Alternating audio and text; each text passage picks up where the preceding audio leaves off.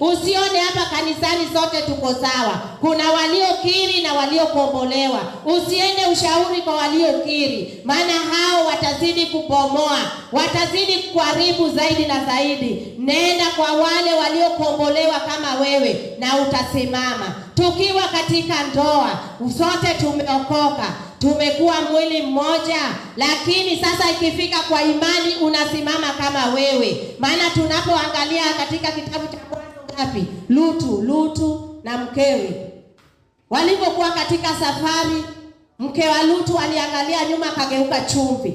Lutu hakumwangalia, maana yeye hakutaka kukua chumvi, pia yeye aliendelea na safari yake. Kumaanisha tukiwa katika ndoa, simama kama wewe. Unapoona mwenzako pengine miguu inalegea nyuma, muombee, maana mmekuwa mwili mmoja, lakini simama kama wewe.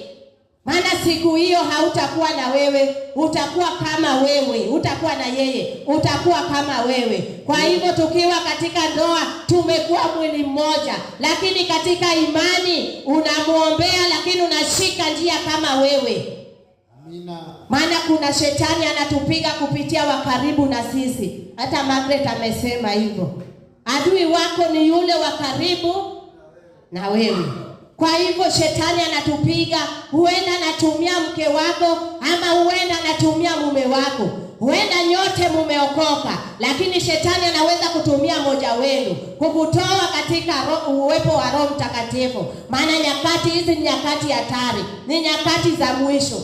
Sasa wewe tambua, jua kumtambua.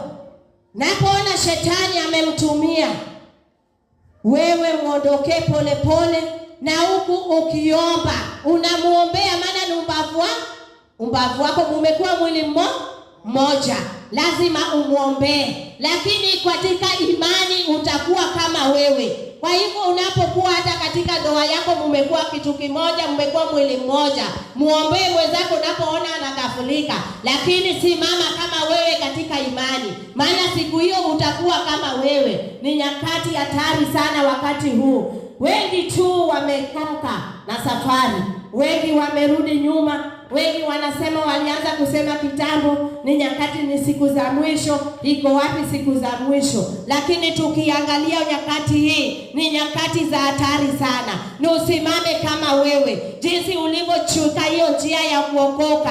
Simama kama wewe, usiangalie mwenzako tena. Unapoona ameteleza, muombee.